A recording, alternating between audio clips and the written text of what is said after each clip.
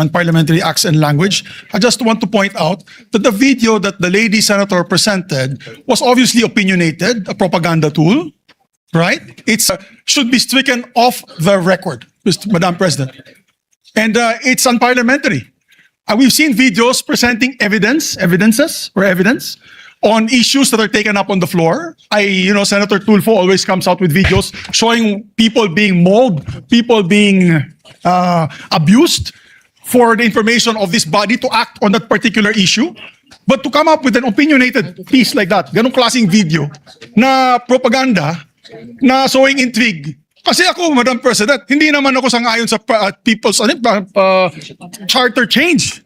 I was the first one in this institution who fought that kind of move with the PI, and all of us together, kaming lahat, for the first time in the history of the Senate, 24 senators tumayo dyan at pinasapo natin yung Contra People's Initiative, na fake People's Initiative, na talagang kinall out natin yung lahat ng grupo ng tumutulak nun, from the Speaker and even Malacanang, kinalaban natin. Kaya wala kaming kinalaman dyan. Bakit sinama kami dyan sa propaganda na yan?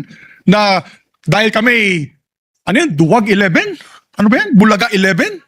At grade 13? That should not be shown here. Because what will stop us now, Madam President, for that lady senator, that we come up also with a propaganda video here, papalabas din namin, yung mga sala nila. Oo, kung ano-ano, hindi naman kami ganyan. No? To gain traction, to gain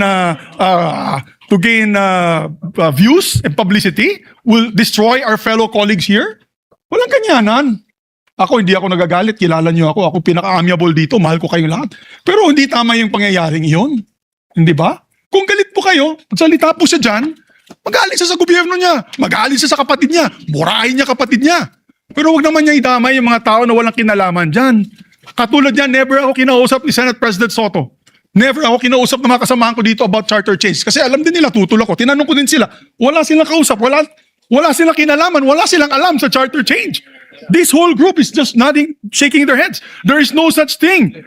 Inday-badiday na ba tayo dito sa Senado? Kaya nga sinasabi, we're a circus. I apologize to those who are watching.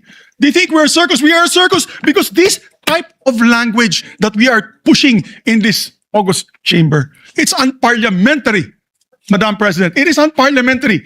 And I'll tell you now, these people here, ladies and gentlemen, in this body, are not in favor of any amendments to the Constitution. We just want to bring back the integrity of this same chamber.